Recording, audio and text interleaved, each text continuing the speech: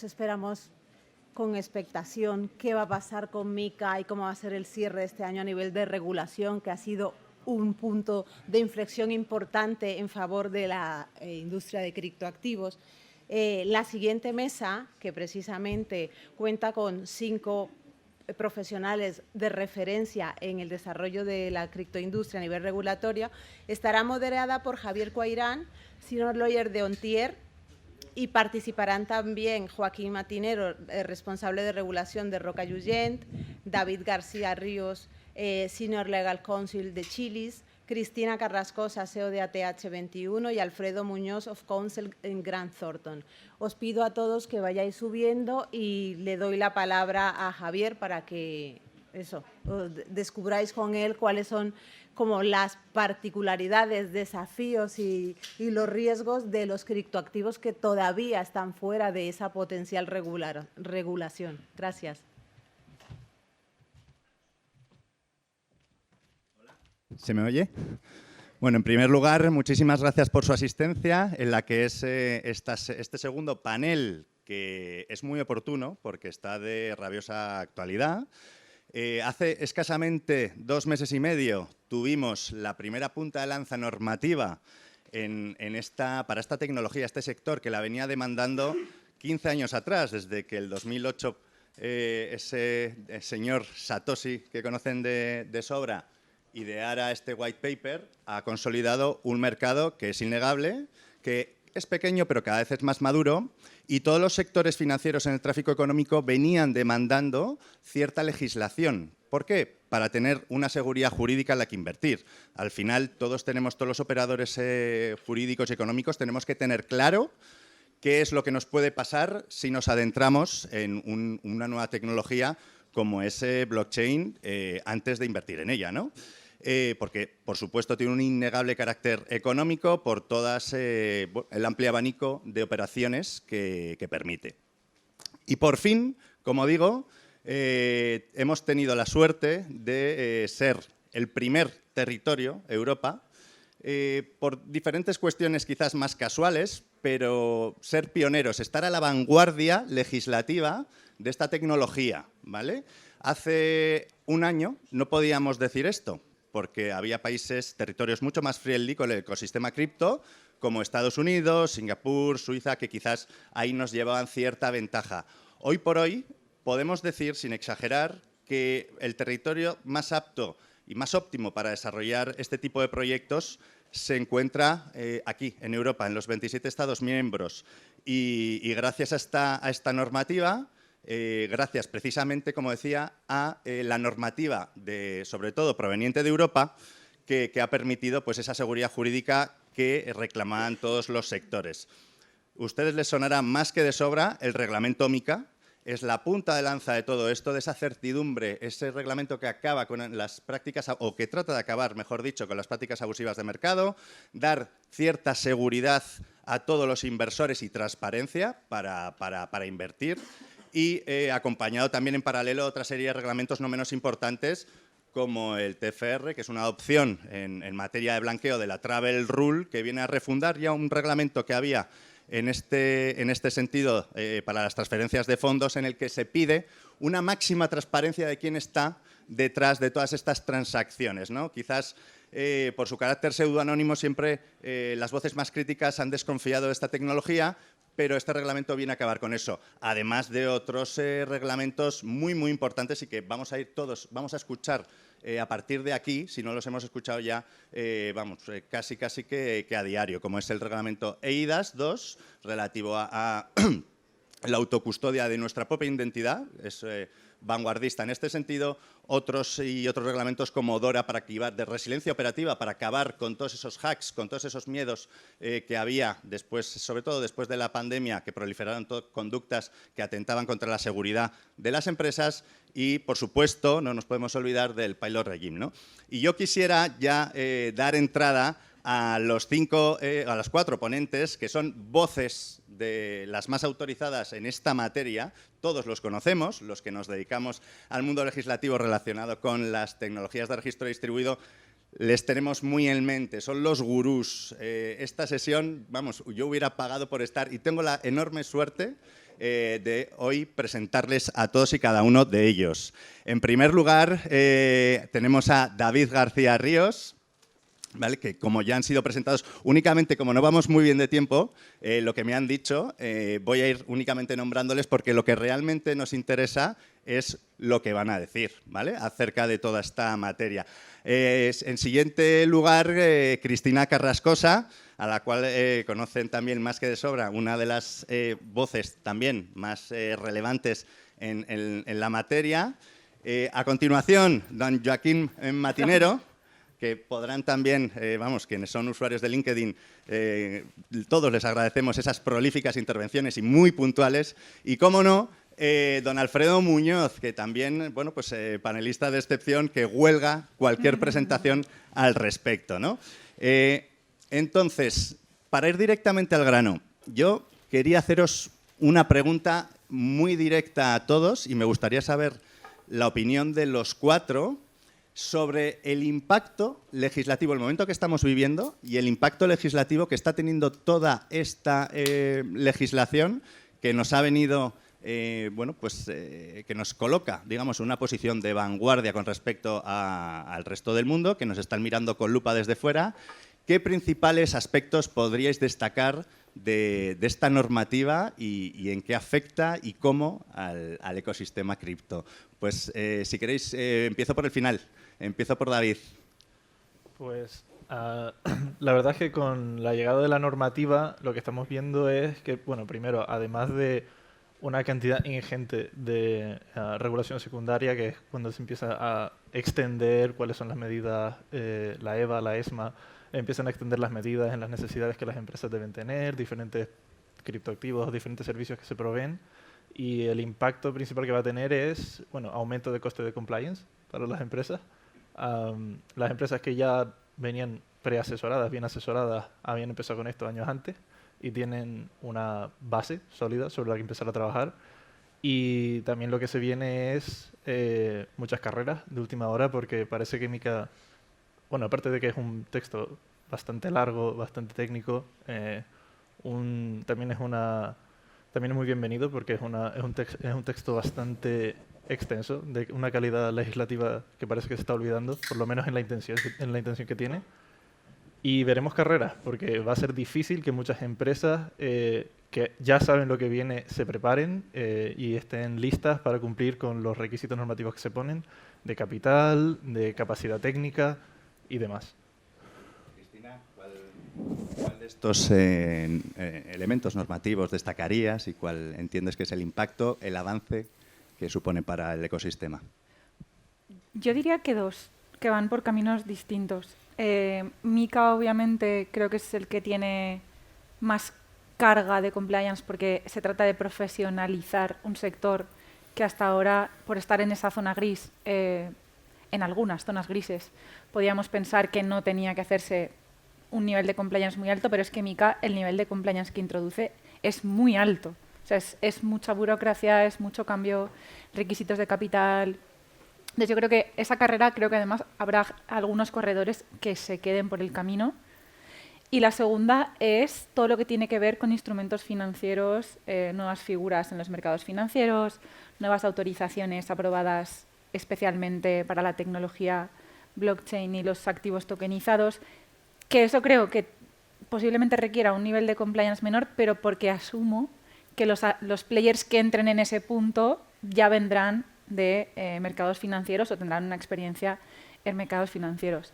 Para los que estamos en este lado de la trinchera, van a ser, creo, lo había dicho Leif antes, preparémonos para el 2024 porque no vamos a salir del despacho. Sí.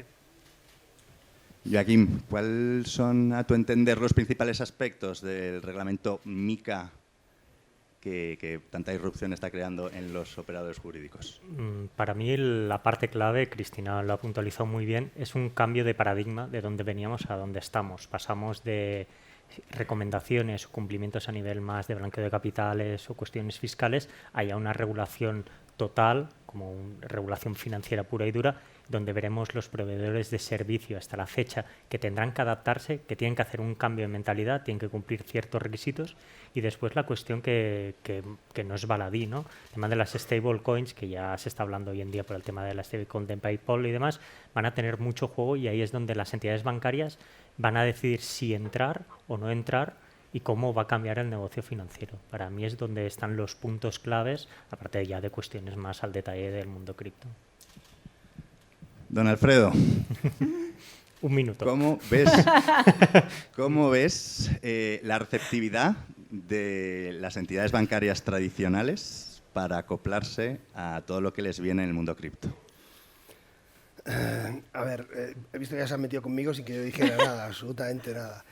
Bueno, a ver, yo creo que las entidades bancarias están entrando justamente porque hay un marco regulatorio que les habilita la posibilidad de entrar y respetar el marco de seguridad, de protección, de solvencia, de dotaciones de capital, y que esto pues facilita su entrada. Creo que hay un marco regulatorio que nos da cierta seguridad jurídica. Tenemos muchas cosas todavía por desarrollar, incluso pues ya hay que estar pensando en un MiCA 2, un MiCA 3, porque tenemos ya mucha disrupción que no está regulada, que no está en ese ámbito de MiCA. Por poner un ejemplo, pues posiblemente nos vamos a encontrar rápidamente con NFTs que incorporan derechos de crédito, que no son instrumentos financieros, sino que son efectos comerciales, y estos NFTs, por su propia estructura, su naturaleza, su estándar, quedan fuera de la regulación de MiCA, y esto pues es un elevado riesgo, lo que va a exigir una regulación o ad hoc de los países miembros o una regulación por parte de la Unión Europea, un nuevo reglamento que incorpore esas medidas, por poner un ejemplo. Y esto en el sector bancario pues es muy importante, porque el sector bancario hasta ahora es un poco el que está haciendo y estandarizando la propia circulación del crédito, las operativas de descuento, las operativas de préstamo, utilizando como colaterales esos créditos, ¿no? Reino Unido ya lo ha regulado, y hay algún Estado miembro aquí en la Unión Europea que pretende regular también la incorporación, la tokenización de los títulos valores. Esto como gran novedad. Luego hay un tema que ha tocado Joaquín, que es el tema de las stablecoins en general o del dinero. Y tenemos que recordar, lo siento mucho por la gente de banca que esté aquí, la banca ahora mismo está apoyada en un instrumento contractual básico fundamental, que es la cuenta corriente. La cuenta corriente se diluye, desaparece si empezamos a introducir identidad digital y wallets. ¿Y por qué? Pues porque el dinero ya necesitamos la cuenta corriente que se soporta. A mí la universidad o Gran Zorte me pagan a través de la cuenta corriente, y yo pago a todo el mundo con mi cuenta corriente. Si me empiezan a hacer pagos a través de ID Wallet, pues se acabó la cuenta corriente y ya no necesito un intermediario financiero clásico, y puedo acudir a otras operaciones financieras diferentes o de colateralización o de pagos. Y hay un movimiento, recojo lo que ha dicho Leif antes, cuidado con Bitcoin. Bitcoin, que hasta ahora parecía pues algo pues un poco filosófico, un poco de vida, empieza a descubrirse por el sector institucional, y ahí hay varias solicitudes de potentes administradores de activos en Estados Unidos sobre fondos ETF, y aquí en España, pues la semana pasada acaba de aprobarse una licencia para BME para la posibilidad de liquidar futuros sobre índices de Bitcoin y de Ethereum. Y esto es un cambio radical de paradigma, de filosofía y del ámbito regulatorio. ¿Por qué? Pues porque la banca necesita, para las dotaciones de capital, que haya instrumentos de cobertura. Y esos instrumentos de cobertura se lo van a dar los derivados, para cuya liquidación se ha aprobado la licencia de BME. Así que estamos yendo hacia el 2024, pero yo creo que el día de Año Nuevo del 2025, que es cuando entra en vigor MiCA, cuando entra en vigor el reglamento de transferencia de fondo, cuando entra en vigor las reglas de Basilea, ese día va a ser algo más que el día de Año Nuevo. El efecto 2000. Efecto 2000, efectivamente. Siento centrarme en MiCA, pero es la punta de lanza quizás de todo esto, y con razón, ¿no? Para dar esa transparencia y confianza en el mercado, en los inversores. ¿Qué aspectos destacaríais? Y otra vez lanzo esta pregunta a los cuatro. De manera breve, ¿qué aspectos positivos destacaríais de esta normativa, de este reglamento de mercado de criptoactivos, y qué fallas le veis en este momento? Alfredo. Si quieres, Alfredo, empezamos a hacerla. Sí, por allí, ¿no? Venga, por allí. Punto fuerte, seguridad jurídica, que es el punto más básico que trae MiCA. Por fin sabemos cómo tenemos que hacer compliance y cuáles son los requisitos que tenemos que cumplir para seguir en el mercado, seguir proveyendo servicios, qué es lo que tiene que hacer un issuer para emitir un token y demás. Como aspectos negativos, yo diría que, por ejemplo, la parte de stablecoins a mí me ha parecido relativamente estricta con los requisitos de capital que se le exigen a los emisores de stablecoins. Sí, básicamente porque creo que rompe la neutralidad tecnológica. No se exigen esos requisitos a otras entidades de banca tradicional y de activos financieros tradicionales. Y teniendo en cuenta cuáles son los riesgos asociados a la colateralización de stablecoins cuando se están utilizando activos monetarios directos, cuando se están utilizando títulos de deuda y demás, los riesgos de mercado que se corren, la sistematización de los mismos y demás, creo que no se benefician de poner esos límites. Y bueno, una coletilla que se añadió literalmente en el último minuto en MiCA fue la limitación de las transmisiones de activos en stablecoins denominadas en monedas extranjeras, que es increíblemente bajo. Y bueno, de hecho no aparecía en muchos de los drafts que estábamos leyendo, los que participamos en grupos de trabajo y demás, y de repente al día siguiente los encontramos allí. Y yo diría que esa es probablemente la parte que más me sorprendió. Quizás también una parte negativa hasta la vista de ver cómo se desarrolla, es la falta de definición de descentralización. Suficientemente descentralizado es como se refiere a MiCA, a la parte que no está regulada o que no se encapsula dentro de la regulación. ¿Sabe usted tanto como yo sobre y todos ustedes tanto como yo sobre qué es suficientemente descentralizado? No sabemos cuáles son las pruebas que se van a utilizar y bueno, veremos. Cristina. A ver, yo siempre he sido bastante fan de MiCA, en parte porque pertenecí al observatorio blockchain que estuvo informando un poco a la comisión para dar resultado a esto. Entonces, pero estoy muy de acuerdo con la parte de las stablecoins.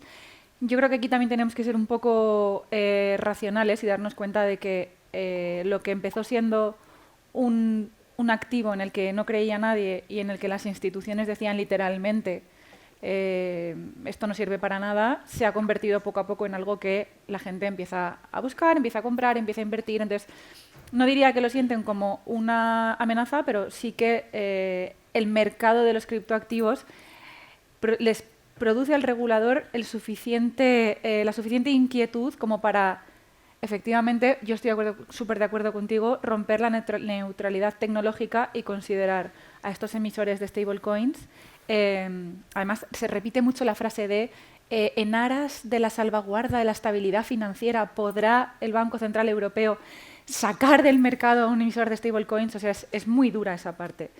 Pero creo que es normal, siendo la primera normativa que intenta regular y profesionalizar a emisores de dinero en tokens. O sea, ojo, es que tampoco es... O sea, es una cosa... Creo que me sorprendió mucho el régimen sancionador. Me pareció bastante severo y que de hecho se transpuso ya en la Ley de Mercado de Valores y fue una en el periodo de conversaciones fue una de mis manifestaciones, que a mí me parecía un régimen sancionador muy bestia, teniendo en cuenta que es la primera vez que un montón de players del sector van a hacer compliance de una norma de 300 y pico páginas. ¿Vale? Luego ya si hay mala fe o no hay mala fe, pero el compliance es bastante severo. Y luego creo que se ha intentado transponer un volumen de obligaciones de compliance muy de mercados financieros a un mercado que en teoría, o sea, el de MiCA no lo es. Entonces, obligaciones tipo unos requisitos de capital, unas auditorías obligatorias, una estructura de gobernanza, unas pruebas de honorabilidad, experiencia. Es que el papel lo aguanta todo, pero cuando tengamos que aplicarlo, o sea, a nosotros no, a los clientes, se les va a hacer una de dos, o se les hace duro a ellos o el regulador flexibiliza la interpretación, no el de auditarte obligatoriamente, pero sí el de determinados requisitos. Y en general, creo que, aunque MiCA es verdad que pueda traer un orden y una seguridad jurídica, yo tengo la sensación de que el mayor problema que tenemos en el mercado de los criptoactivos, que son las estafas, van a continuar. Joaquín, ¿cuál es tu punto de vista sobre la normativa? ¿Se queda corta? Para mí, MiCA, avanzamos que no teníamos nada. Es la primera regulación, es el primer marco jurídico. Somos 27 países de la Unión Europea con cultura distinta y lengua distinta. se regula conforme lo que conocemos, y lo que conoce son los mercados financieros. Por tanto, tiene mucha lógica que se parezca a los mercados financieros. No obstante, sí que hay ciertos aspectos que Cristina apuntaba muy bien, o Alfredo ya avanza MiCA 2 y MiCA 3 a futuro, que tenemos que entender que esto empezó hace 3 años y pico, que la tecnología siempre va por delante del regulador, que hay muchos aspectos aún por mejorar, pero sí que tenemos que darnos cuenta que el regulador, ya no solo a nivel nacional, sino a nivel europeo, y a las emisiones significativas de stablecoins o las emisiones dijéramos, de otra clase de tokens, vamos a ver cómo funciona, porque sí que hay mucha obligación. Cristina apuntaba a nivel de compliance, a nivel también de abuso de mercado, hay mucha normativa, y mi pregunta es, Europa ha quedado un poco en el foco, la primera gran regulación, y por eso gran player de Estados Unidos busca esta seguridad jurídica. Mi pregunta será ya no solo cómo implementarla, sino en el caso que haya una mala praxis, si se va a dejar margen, porque no estamos hablando de entidades financieras que llevan siglos funcionando, sino que son empresas que tienen 5, 6, 7, 8, el máximo mejor puede tener 10 años de experiencia en el sector cripto, pero es gente con pocos recursos en cierta manera o con grandes recursos, pero que no están obligados hasta la fecha a este nivel de funcionamiento, transparencia y cumplimiento normativo. Alfredo, ¿qué opinión tienes del reglamento MiCA? Pues yo soy, como Cristina, un fan del reglamento MiCA. De hecho, me quedé helado cuando yo vi la presentación de MiCA, que estábamos en plena pandemia y era septiembre del año 2020 y parecía que la Unión Europea no se movía, y de repente en 3 meses apareció un desglose de reglamentos que luego terminó complementándose en junio del año siguiente con la propuesta de IDAS 2, y aparecieron pues el reglamento de transferencia de fondos, el reglamento de MiCA y el reglamento del régimen piloto, y aquello pues Europa se ha puesto en órbita. Ahora, le pedimos a MiCA quizás demasiadas cosas. Yo creo que el problema de MiCA es que ha tardado demasiado en tramitarse y ponerse en funcionamiento. De hecho, todavía no está en funcionamiento. Tenemos un periodo transitorio de 18 meses. MiCA ya tendría que estar funcionando posiblemente con la redacción originaria casi del año 2020, ¿no? Y tendríamos que estar ya pues, analizando una segunda o una tercera versión de MiCA, que va a tardar porque tiene que haber unos informes a los que se dan 18 meses para que se puedan emitir por la EVA, por la ESMA, y con ello la Comisión pueda elaborar una segunda propuesta. Cosas buenas que tiene MiCA, la regulación. Yo creo que la regulación de las emisiones, por ejemplo, que haya un contenido mínimo de los white paper, que esos white papers sean públicos, que haya un control de la publicidad, que sepamos quiénes son los emisores, dónde están, que tengan un representante, pues evitamos o reducimos los riesgos de las estafas, ¿no? Yo creo que eso tiene que haber un control. Cosas buenas de MiCA, pues la ordenación del mercado, la existencia de una autoridad de supervisión que está claramente delimitada, el pasaporte europeo de los prestadores de servicios. Se acabó ya, déjeme, no me agote usted de ir a pedir autorización a 27 países para ver por normas de antiblanqueo en que cada país me pide unos requisitos para poder ofrecer servicios desde Madrid a Rumanía o a Bulgaria o a Irlanda del Norte. Déjeme ya, no me mueva usted, que esto es informática y aquí ya, haciéndolo desde Madrid, lo puedo hacer. Esto es bueno. ¿Qué es agotador de MiCA? Pues también se ha dicho, la tramitación de las solicitudes van a ser... Piensen ustedes que un tercio de la gente, aproximadamente de los que están pidiendo la autorización en el Banco de España solamente a efectos de control antiblanqueo, se han caído. Entonces, va a haber gente que ahora mismo tiene el control antiblanqueo del registro del Banco de España que se va a caer con MiCA, porque no va a poder cumplir todos los requisitos que son exacerbados y que son muy similares a las entidades de servicios de inversión que se piden para prestar servicios en los mercados financieros. Pero es lo que hay, porque además el registro del Banco de España, esta en mi opinión, la tengo publicada, se cae el día 30 de diciembre del 2024. Y entonces todo va a ir a MiCA, o pasas MiCA o no pasas nada, no vas a estar en un tertium genus. Ese registro se cae y los prestadores que están ahí, pues te tienes que ir a MiCA y tirar para adelante. ¿Qué se regula bien en MiCA? Pues yo creo que hay prestadores de servicio que necesitan una regulación exhaustiva. Por ejemplo, la custodia. Creo que la custodia, tal y como está regulada en MiCA, cambia mucho respecto de los fraudes y de las quiebras que nos hemos encontrado durante el año pasado en que tus activos no eran tuyos. Se había producido un depósito irregular con un efecto traslativo de la propiedad que había hecho que el depositario se convirtiera el custodio se convirtiera en propietario y tú fueras a la masa de la quiebra a no cobrar nada porque tenías un crédito ordinario. Creo que esa custodia está bien. Creo que está bien la protección de los consumidores que se definen.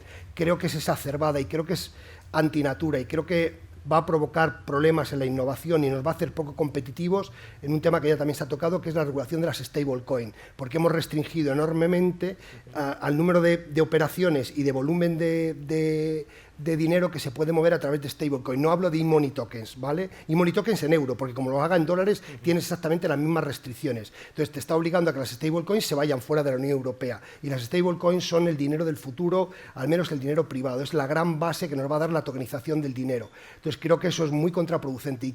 ¿Qué queda fuera? Pues la descentralización, el tema de las DAO, el tema de los registros de los tokens. Esto hay que regularlo antes o después, y si no lo van a hacer los Estados miembros.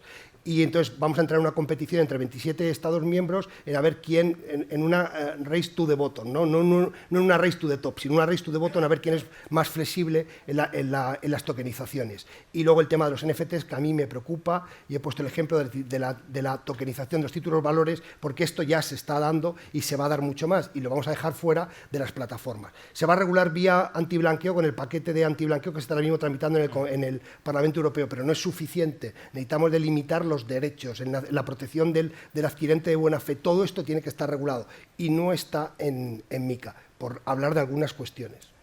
Sí, estoy de acuerdo. Estáis hablando ineludiblemente de la seguridad jurídica que trae consigo toda esta regulación, que es innegable, y los avances que tienen para el inversor, ¿no? Para dotarle de esa confianza que antes carecía.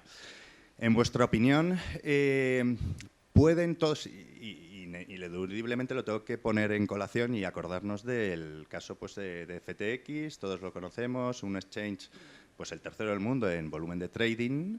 ¿Creéis que esta seguridad jurídica elimina o minimiza que vuelvan a suceder estos episodios que tanto daño han hecho al ecosistema y a la economía cripto? David. Yo creo que si no lo elimina completamente, sí que lo previene de manera sistémica, porque efectivamente, como decía él, si ya la custodia, efectivamente, no se produce este efecto traslativo de la propiedad, sino que sigue siendo el propietario de tus tokens, no tienes un crédito contra una de estas instituciones que entra en bancarrota, pues la parte madura de la batalla ya se ha ganado. Y después todos los requisitos extra que se le piden ahora a estos intermediarios, probablemente, más que probablemente, habrían previsto o mitigado el riesgo de que esto hubiera sucedido. Sí, estoy de acuerdo. Para mí es que la regulación eficiente, sobre todo en el sector tecnológico, es aquella que introduce los incentivos necesarios para que las conductas perversas ni siquiera lleguen a manifestarse. La regulación que te castiga a mogollón cuando ya lo has hecho mal, pues está bien, pero es mucho mejor una regulación que pone unos incentivos encima de la mesa que hacen que aquellos que quieran comportarse de manera fraudulenta no vean tanto incentivo en hacerlo. Entonces, creo que MiCA, efectivamente, como tú apuntabas, puede mitigar casos como el de FTX. Yo diría más por la parte de que un FTX auditado por una compañía pues con honorabilidad, con solvencia, lógicamente habría detectado los movimientos de los fondos de los usuarios entre pues, entidades vinculadas a la propia cuenta del CEO, etcétera, etcétera, a tiempo para que antes de que todo esto explotase. Ahora, acordémonos de que en su día, y no por FTX, sino por otro caso, saltó la moda de hacer el Proof of Reserves, que era cuando compañías de auditoría te auditaban los balances y decían que efectivamente tú tenías en tus balances o los depósitos de los clientes o la cantidad que tú públicamente habías dicho que tenía. ¿Sabéis cuánto duró esto? 2 meses, tontamente. 2 meses si llega, y la única auditora que se lanzó a hacer todos estos Proof of Reserves de compañías cripto deshizo, o sea, tiró para atrás con esos informes y eliminó el servicio de su web en cuestión de días. Entonces, digo porque al final todo es un sistema de... Cuando se trata de conductas perversas por parte de players, para mí es un tema de incentivos, y la regulación correcta o más efectiva es aquella que reduce esos incentivos.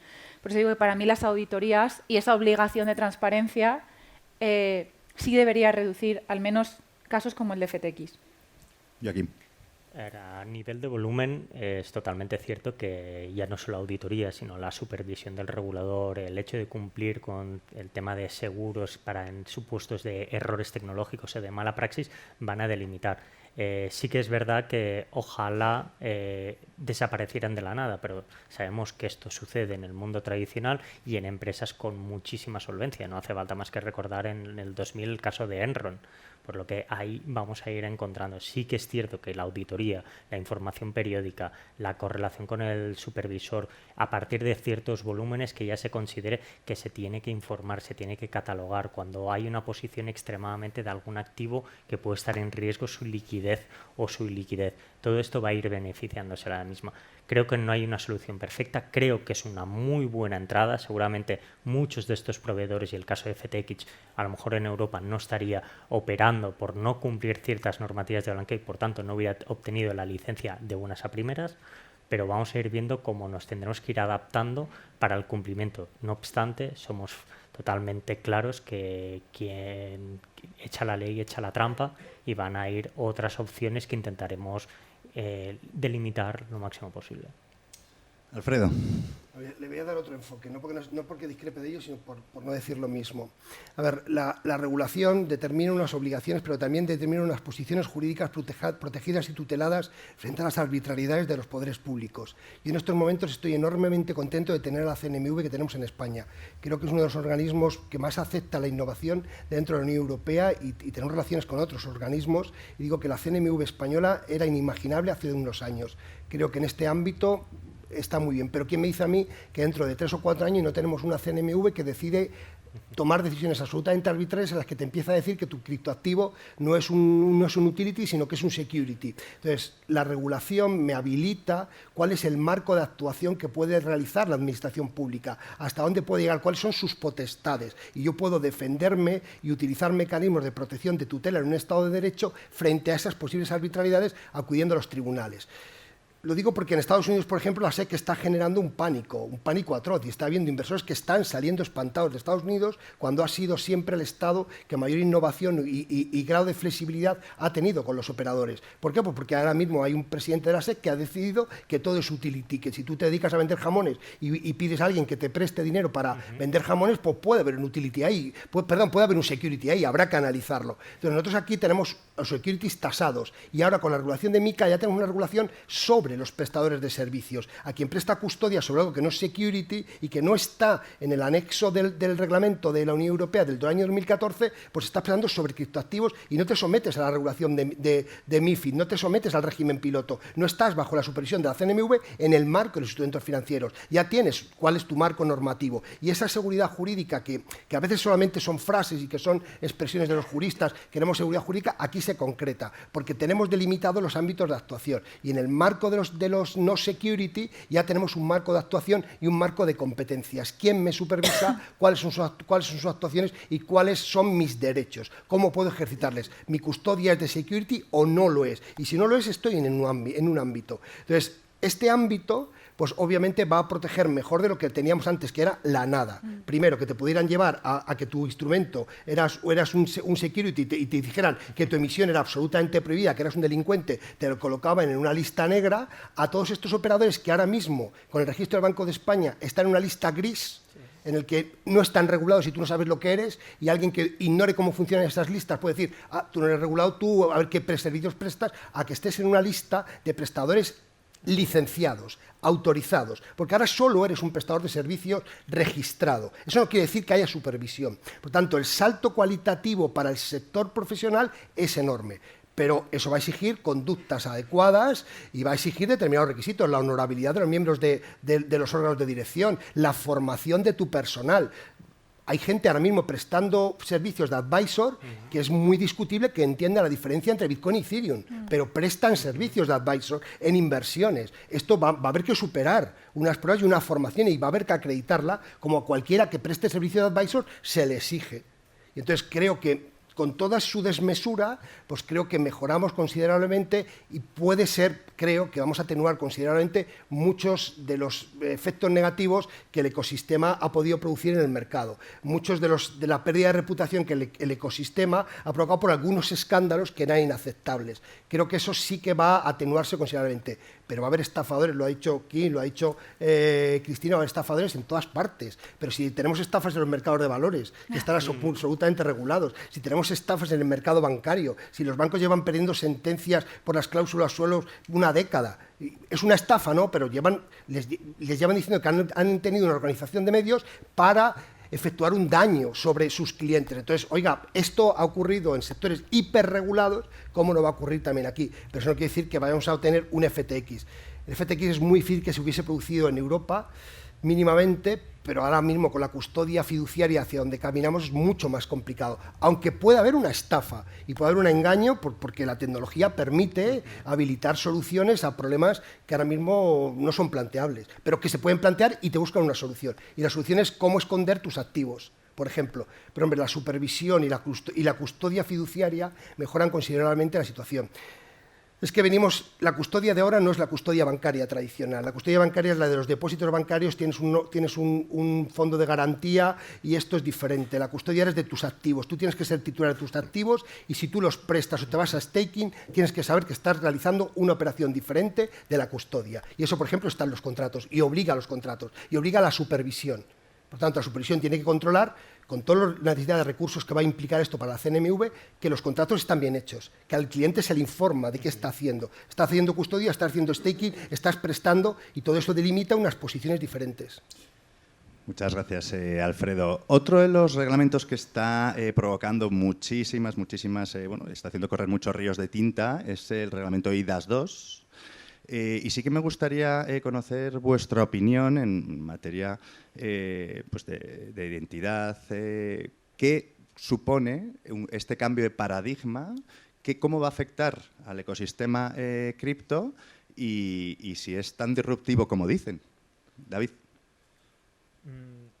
La verdad es que EIDAS es una regulación bastante poco comprendida, tiene tiempo, y no solo es que esté poco comprendida, es que a pesar de tener ya bastante tiempo en el mercado, los operadores han podido utilizar ya firmas electrónicas cualificadas y de diferentes tipos durante mucho tiempo, siguen sin entenderlas. Yo me encuentro todos los días con compañías de bolsa americana que literalmente no tienen muy claro si se puede firmar un documento con DocuSign, si la firma que le dieron aquí en su día en la Casa de la Moneda y Timbre sigue funcionando o no. Creo que la tecnología está evolucionando a una velocidad que no es compatible con la información y la formación que reciben, bueno, ya no solo las empresas, que al final van a ser los mayores usuarios de esto, sino las personas que van a tener acceso a estas tecnologías. Lo estábamos comentando antes de entrar, que es más que probable que empecemos a ver absolutas barbaridades. Cuando de repente, como tienes tu identidad, que es una especie de DNI electrónico con capacidades extraordinarias en tu móvil, si alguien se deja el móvil abierto, empezaremos a ver contratos firmados sin consentimiento del usuario y otras cosas. En general, creo que además habilita una serie de servicios que se prestarán en el futuro sobre identificación a la hora de gestionar activos y demás, que también incrementan el riesgo. Y bueno, por ahora veremos. Cristina. Yo es que sigo estando de acuerdo con David y Bota. Voy a añadir una puntualización por no repetirme con él. Es verdad que la identidad digital como concepto es muy potente. Creo que además vivimos un poco los últimos 10 años en una sociedad en la que parece que es obligatorio ser cada vez más tecnológico, más tecnológico, más tecnológico. Vamos a llevar la tecnología ya hasta la identificación. A mí me pasa al revés que con Mica.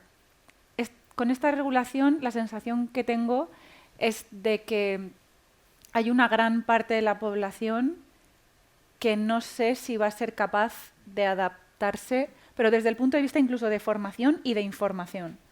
Creo que está más vinculado el hecho de que la tecnología avanza, o sea, es un problema complejo, que la tecnología avance en usos dentro de una sociedad y que esa sociedad no avance al mismo nivel de conocimientos y de usos que esa tecnología. Entonces, yo con EIDAS no tengo tan buen feeling como con Mica, pero sí que creo que el concepto de identidad digital, esos servicios de verificación, por ejemplo, unidos a la gestión de activos tokenizados, puede dar lugar a productos que no serán para todo el mundo, lógicamente, pero que pueden ser muy, muy, muy potentes.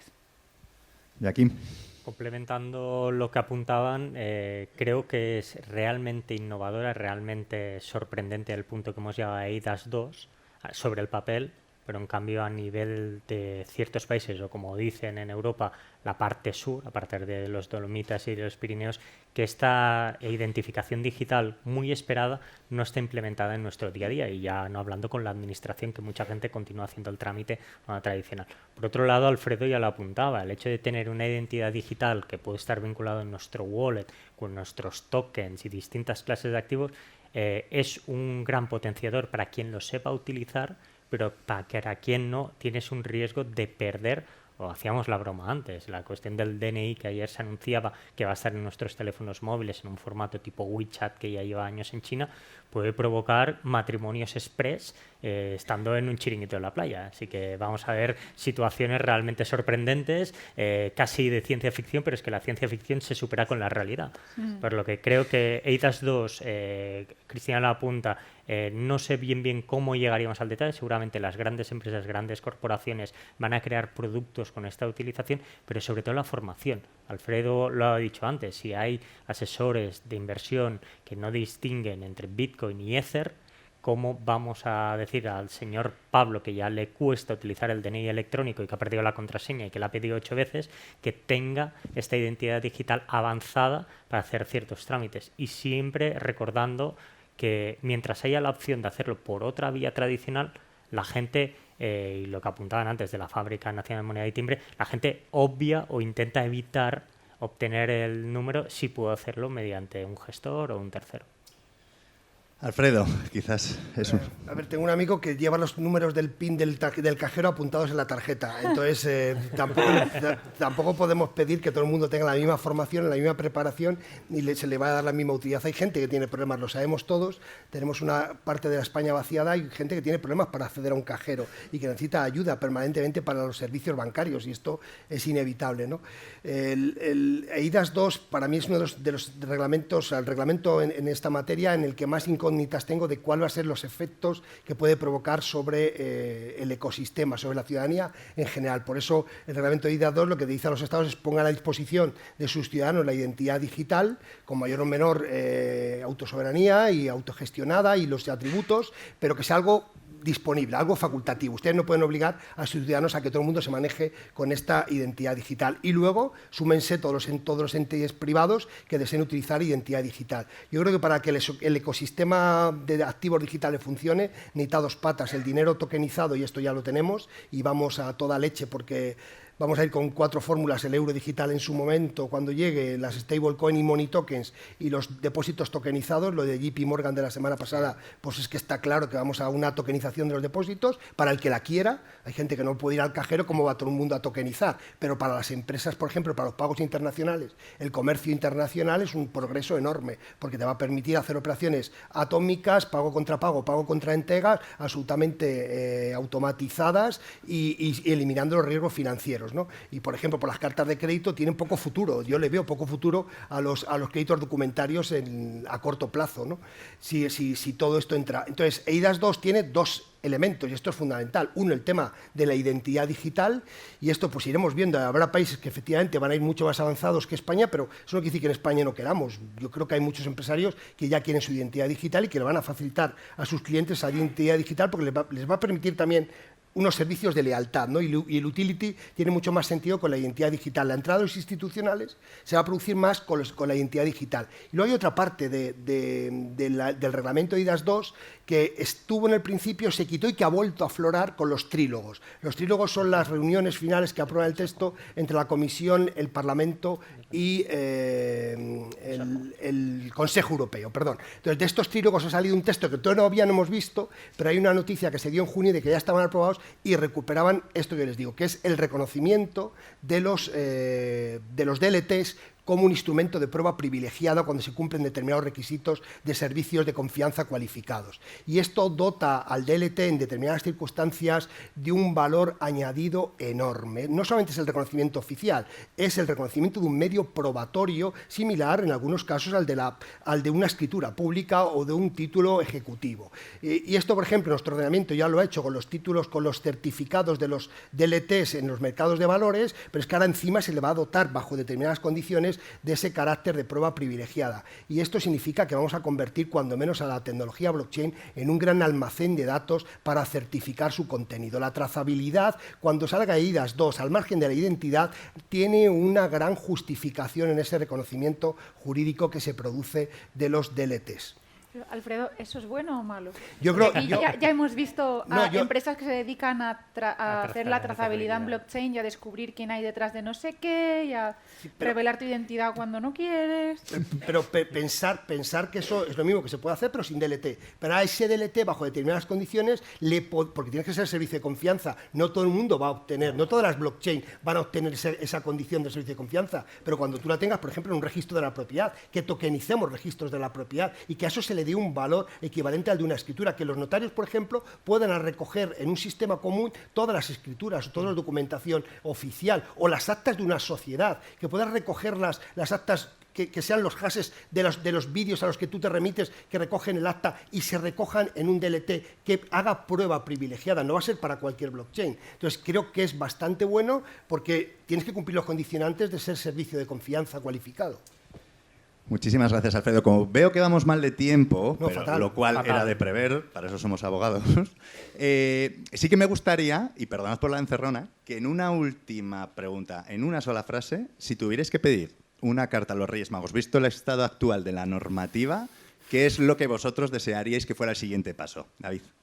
A mí me gustaría ver que los reguladores entienden realmente el concepto de descentralización, que sí que adelantan la barrera regulatoria para que las entidades centralizadas y que proveen servicios centralizados al cliente estén regulados, pero que la tecnología en sí se deje florecer dentro de un rango así. Cristina. El mío que se queden quietos. 4 años, 5 años. No es mala idea. Joaquín. El mío que sean flexibles, sobre todo al principio, para la adaptación de los proveedores de servicios de criptoactivos, también para la banca, para adaptarse a un nuevo sistema, porque la tecnología va a estar, pero no podemos exigirles un cumplimiento, como decía Alfredo, de la noche a la mañana al 100%, porque vamos a perder mucha parte del sector. ¿Y Alfredo? Pues más o menos lo que ellos han dicho. No diría que se estén quietos, porque cuando se están quietos me dan miedo, porque cuando vienen sacan el buey. O sea, por ejemplo, estos meses de parón legislativo me están dando pánico porque entre el que entre va a venir y va a soltar la ametralladora y en 4 meses te funde vivo. Pero no sé, que haya flexibilidad, y esto es más que el del legislador, es del supervisor, ¿no? Yo creo que una CNMV como la que tenemos, el Banco de España, funcionara de una manera similar. Creo que esto sería importante.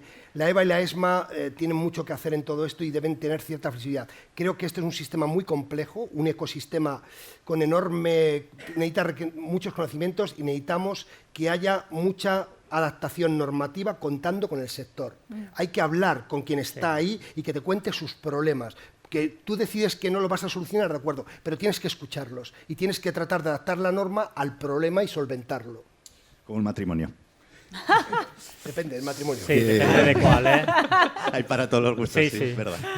Que muchísimas gracias a los 4, un auténtico lujo poder haberos escuchado. La verdad es que se aprende absolutamente, y más con la velocidad que va todo el mundo legislativo y más en el entorno blockchain. Un honor, insisto, y no sé si tenemos tiempo para alguna pregunta y si alguien del público quiere preguntar alguna cuestión a los panelistas. Sí, adelante. Micro para Pablo. No. Levanta. No, ya te lo traen, Pablo.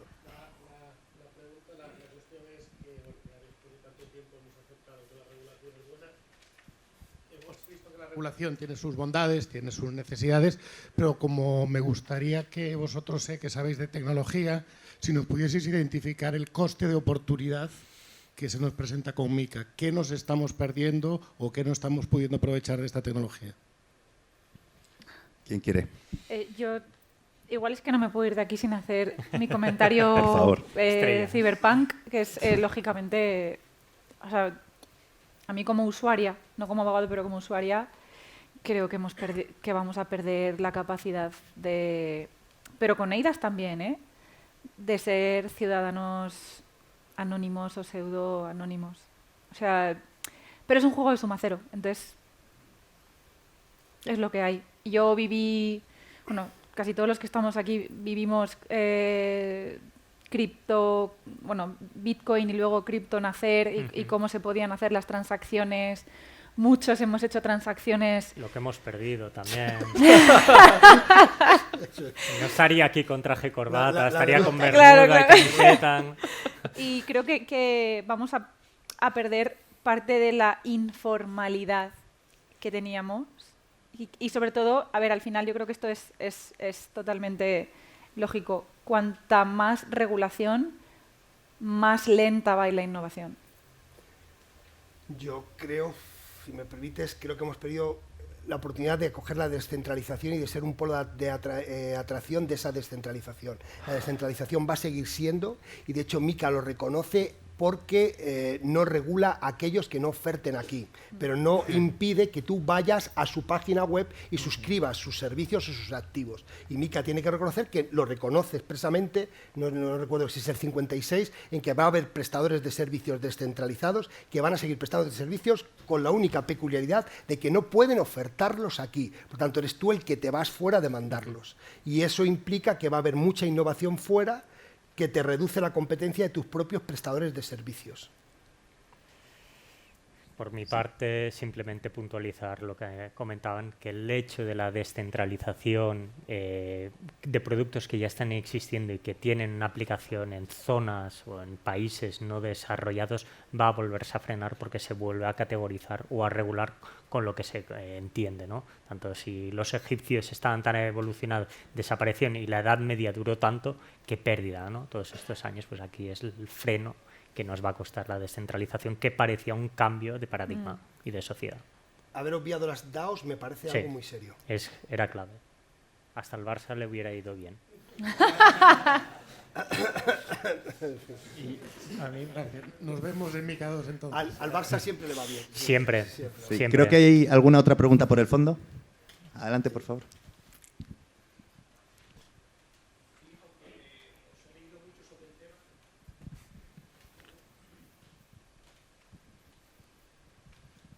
Aunque os he leído mucho sobre el tema en redes sociales, todo es especialmente mentira, Todo en es LinkedIn, todo es clickbait. me gustaría preguntaros a viva voz, ¿no? Para que escucharos con vuestras palabras, ¿cómo regulamos los contratos inteligentes? ¿Cómo hacemos que eso que permanece ahí por la eternidad tenga, digamos, una equiparación con el mundo jurídico actual y real?